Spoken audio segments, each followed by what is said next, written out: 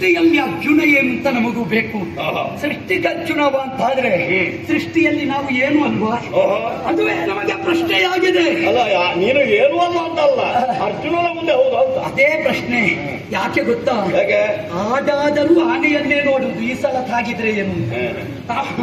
ನೀನು ಆನೆಯೇ, ನೀನು ಆನೆಪುರದವನೇ. ಆದ್ರೆ ತೊಡಗುವ ಶಬ್ದ ಬಂದ್ರೆ ಮತ್ತಿರತ್ತಲ್ಲ ಅಂತ. ಆದ್ರೆ ಆನೆ ಆಡು ಅದು ಡೂ ಅಲ್ವಾ?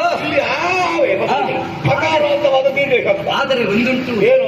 ಆನೆಗಾದರೂ ಸಾಮಾನ್ಯ ಪದವಾದ್ರೆ ಅಜಕ್ಕೆ ಬ್ರಹ್ಮ ಎನ್ನುವ ಅರ್ಥ ಉಂಟು. ಹೌದಪ್ಪ, ಅದು ಶಬ್ದಕ್ಕರ್ಥ ಅಲ್ವೋ? ಆದ್ದರಿಂದ ಶಬ್ದಾರ್ಥಕ್ಕೆ ಸೀಮಿತವೇ ನಮ್ಮ ಹುಟ್ಟು. ಕಾರ್ಯಾರ್ಥದಲ್ಲಿ ಅರ್ಥಪೂರ್ಣವಾಗುತ್ತದೆಯೇ ಎನ್ನುವುದು ಪ್ರಶ್ನೆಯಾಗಿದೆ. ಅದಕ್ಕಾಗಿ ನಿನ್ನಲ್ಲಿ ಆಡಿತ್ತು. ಏನು ಕಾರ್ಯಾರ್ಥ ನಿನಗೆ? ಈ ಸೃಷ್ಟಿಯ ಪರಿಣಾಮದಲ್ಲಿ ಏನಾಗಬೇಕಾದ್ರೆ ಈ ಸೃಷ್ಟಿಯಲ್ಲಿ ಈ ಏನು ಎನ್ನುವುದನ್ನು ನಾ ಕೇಳಿಬಲ್ಲೆ ಅರ್ಜುನ. ಸೃಷ್ಟಿಗರ್ಜುನ ಅಂತ ನಿನ್ನನ್ನು ಕರೆದದ್ದು ಸುಮ್ಮನೆ ಸ್ವಲ್ಪ ತಿಳಿದಿರಬಹುದು. ಅರ್ಜುನನ ಪೂರ್ಣ ಚರಿತ್ರೆ ನಿನಗೆ ಅವಕಾಶ ಆಗಲಿಕ್ಕಿಲ್ಲ. ಅರ್ಜುನನ್ನೇ ಹುಟ್ಟಿದವ. ಅರ್ಜುನನ ಚಾರಿತ್ರ್ಯವನ್ನು ಕೇಳಿಬಲ್ಲವನ್ನ ನಮ್ಮ ಅಪ್ಪನಿಷ್ಟು ನಾವು ತಿಳಿದಿದ್ದೇವೆ ಅಂತ ಅರ್ಥ ಅಲ್ಲ. ಆದರೂ ನಿನ್ನಲ್ಲಿ ಹೋರಾಟದ ಕಣಕ್ಕಿಳಿಯುವುದಕ್ಕೆ ಪ್ರೇರಕವಾದದ್ದು ನಿನ್ನ ಚಾರಿತ್ರ್ಯ. ನಾವು ಸೃಷ್ಟಿಯಲ್ಲಿ 3 ಮಂದಿ ಅರ್ಜುನರಾಗಿ ಹೋಗಿದ್ದಾರೆ. ಒಬ್ಬ ಕಾರ್ತವೀರ್ಯ ಅರ್ಜುನ, ಮತ್ತೆ ಮಂಡಲಕ್ಕೆ ಚಕ್ರವರ್ತಿ, 500 ಸತಿಯರ ಜೊತೆಯಲ್ಲಿ ಕಟ್ಟಿದಂತೆ ಹರಿಯುವ ನರ್ಮದೆಗೆ ಒಟ್ಟು. ಅದುವೇ ಅವನ ದೊಡ್ಡ ಸೃಷ್ಟಿ. ಬ್ರಾಹ್ಮಣೋತ್ತಮನ ಕೈಯಲ್ಲಿ ಸತ್ತು ಹೋದ. ಬೇಡತ್ತು ಮಾಡಿದ್ರೆ ಹಾಗೆ. ಅದಕ್ಕಿಂತ ಮೊದಲು ಬ್ರಾಹ್ಮಣರಲ್ಲಿ ಅನುಗ್ರಹ ಪಡೆದವನೇ ಅಲ್ವೇ?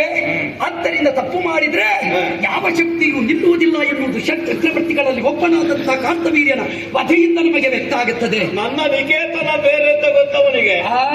ಮನೆ ಅವನ ಈ ಮನೆ ಸುಮ್ಮನೆ ಅಂತ ಹೊರಟದಲ್ಲಿಗೆ. ಅದೇ ಅದಕ್ಕೆ ಅವನೇ ಮಾರ್ಗ ಕಂಡುಕೊಂಡದ್ದು. ನಾವು ಇದು ನಮ್ಮನೆ ಎನ್ನುವುದನ್ನು ತಿಳಿಯದೇ ಇದ್ದವರಲ್ಲ. ಇದೆಲ್ಲ ಸುಮ್ಮನೆ ನಮ್ಮ ಮನೆ ಅದು ಅಂತ ನಮ್ಮ ಅಪ್ಪಯ್ಯ ನಮಗೆ ಬೋಧಿಸಿದ್ದಾರೆ.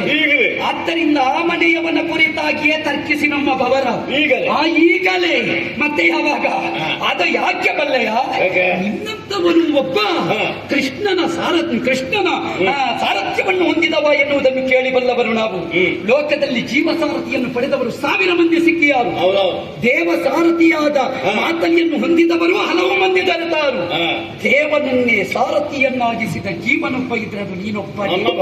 ಸೃಷ್ಟಿಗರ್ಜುನನೆಂಬವ ಮಾತ್ರವಲ್ಲ, ಈ ಪ್ರಪಂಚದಲ್ಲಿ ಒಬ್ಬೊಬ್ಬರಿಗೆ ಒಂದೊಂದು ಧರ್ಮ ಗ್ರಂಥ ಅಂತ ಹುಟ್ಟಾದೀತು. ಆದರೆ ಕಂದವಾದ ಸನಾತನ ಸಂಸ್ಕಾರ ಸಂಸ್ಕೃತಿಗೆ ದೇಣಿಗೆಯಾಗಿ ಭಗವದ್ಗೀತಾ ಇದನ್ನು ಭಗವಂತನ ಬಾಯಿಂದಲೇ ಹೇಳಿಸಿ ಈ ಸನಾತನ ಧರ್ಮಕ್ಕೆ ಕೊಟ್ಟ ನಿನ್ನ ಸೃಷ್ಟಿ ಅನನ್ಯವಾದದ್ದು ಅರ್ಜುನ, ಅನನ್ಯವಾದದ್ದು.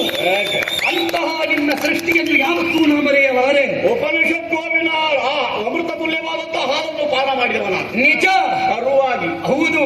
ಅಂತಹ ಅಮೃತ ರಸದಾರ ಸಿಂಚನೆಯಿಂದ ಪಾಪವನ್ನು ಕಳೆಯಬೇಕಾದ ನೀವು ನಮಗೂ ಪಾಪ ಉಂಟು ಅಂತ ಪಾಪ ಕಳೆಯುವುದಕ್ಕೆ ಅಶ್ವಮೇಧ ಯಜ್ಞವನ್ನು ತಲ್ಲಿ ಭಾಗಿಗಳಾಗಿ ಬರ್ತೀರಿ ಅಂತಾದ್ರೆ ಈ ಭೂಮಿಯಲ್ಲಿ ನಿಮ್ಮ ಅಂತಸತ್ವ ಏನು ಎನ್ನುವುದನ್ನು ಹೊರಗಲ್ಲಿಗೆ ಹಚ್ಚುವುದೇ ನಮ್ಮ ಕರ್ತವ್ಯ. ಕೇವಲ ಅಷ್ಟೇ ಅಲ್ಲ, ನಾವು ನರೇಶರ ಹೌದಲ್ವೋ? ಹೌದಲ್ವ? ಆಳ್ವಿಕೆ ಮಾಡುವವನಿಗೆ ತನಗೆ ಬರ್ತದೆಯೋ ಬರುವುದಿಲ್ವೋ, ನಾಳೆ ಲೋಕಾಪವಾದಕ್ಕೆ ತುತ್ತಾಗಕೂಡದು, ಪೀಠವನ್ನೇರಿದಂತ ಧರ್ಮದ ಏನು ಮಾಡಲಿಲ್ಲ ಅಂತ ಆಕ್ಷೇಪ ಬರಕೂಡದು ಎಂಬ ಉದ್ದೇಶದಿಂದಲೇ ನಾವೇ ಒಂದು ಪ್ರಕ್ರಿಯೆಗೆ ಹೊರಟದ್ದು. ಧರ್ಮಜನೆನ್ನುವ ನರೇಂದ್ರ ನರೇಶ ಅವನ ಬಗ್ಗೆ ನಮ್ಮ ಆಕ್ಷೇಪವೇ ಇಲ್ಲ. ಅವನಂತೆ ಸಿಕ್ಕವರು ಇದ್ದಾರೋ ಅನ್ನುವುದೇ ನಮಗೆ ಪ್ರಶ್ನೆ. ಅವನಂತೆ ಎಲ್ಲರೂ ಇದ್ದಾರೆ ಅಂತಾದ್ರೆ ಅಭಿಮಾನದಿಂದ ಅಂಗೀಕರಿಸುವವರು ನಾವು. ಅದಕ್ಕೆ ಬೇಕಾಗಿಯೇ ನಿನ್ನಲ್ಲಿ ಕೇಳ್ತಾ ಇದ್ದೇನೆ, ನಿನ್ನ ಅಶ್ವವ ಕಟ್ಟಿಕೊಂಡಿಹೆ. ಧರ್ಮಜನ ಅಶ್ವ ಅಂತ ಹೇಳಿಲ್ಲ. ನೀನು ಕಾರ್ತವೀರ್ಯ ಅರ್ಜುನನ ಕತೆ ಗೊತ್ತು, ಯಮಳ ಅರ್ಜುನರ ಕತೆ ಗೊತ್ತು. ನಾನು ಈ ಅರ್ಜುನನ ಕಥೆಯನ್ನು ಗೊತ್ತಿಲ್ಲ ನಿನಗೆ. ಅಲ್ಲ, ಈ ಅರ್ಜುನರ ಕಥೆ ಹೇಳಿದ್ದೇನಲ್ಲ, ಅಷ್ಟೇ ಕಥೆಯು. ಇಲ್ಲಿಗೇನಾದ್ರೂ ನಿನ್ನ ನೂತನ ಪ್ರಸಂಗ ಆಗುವಷ್ಟು ನೀನು ಆಡ್ತೀಯೋ? ಇಲ್ಲಿ ನಿನ್ನ ಸೃಷ್ಟಿ ಏನು ಎನ್ನುವುದನ್ನು ಅಪೇಕ್ಷಿಸಿಯೇ ನಿನ್ನ ಅಶ್ವವ ಕಟ್ಟಿಕೊಂಡಿಹೆವು. ಕೃಷ್ಣ ಸಾರಥ್ಯವನ್ನು ಹೊಂದಿದ ಅವನದ್ದಾದಂತಹ ಕೃಪೆಗೆ ಪಾತ್ರರಾದ ಪಾಂಡವರಲ್ಲಿ ವಿರೋಧ ಕಟ್ಟಿದ ಏನಿಗೆ ಆದಿದ್ದು ನನಗೆ ಯಾರು ಹೇಳಿದ್ದು? ಪಾಂಡವ ವಿರೋಧ ಎನ್ನುವುದು ಭಕ್ತಿಯಿಂದ ಬೇರೆ, ಶಕ್ತಿಯಿಂದ ಬೇರೆ. ಭೀಷ್ಮರು ವಿರೋಧ ಕಟ್ಟಿಕೊಳ್ಳಿಲ್ವೇ?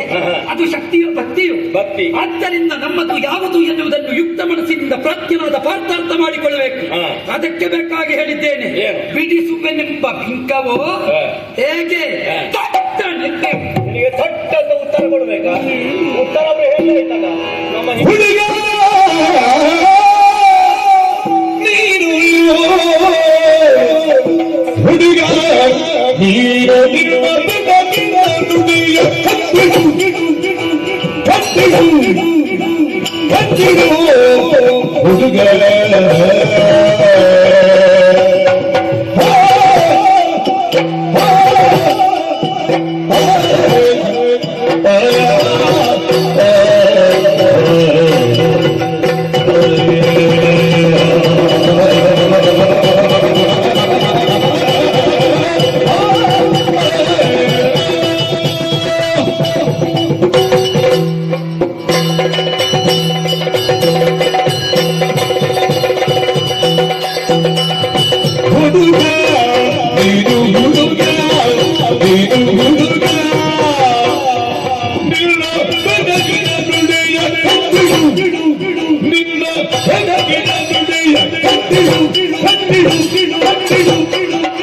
ನಮ್ಮ ಭಯದ ನಮ್ಮ ಭಯದ ಭಯವ ಭಯವ ನಮ್ಮ ಭಯವ ಬಿಡು ಬಿಡು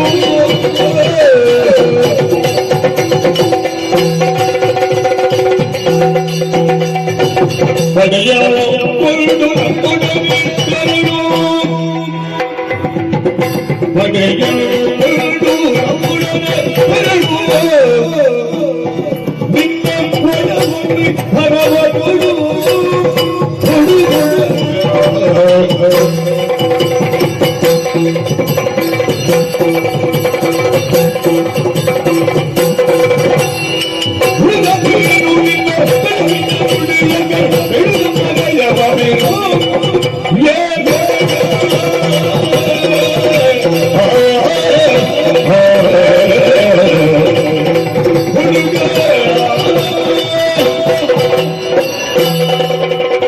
ಬಿಡು ಬಿಡು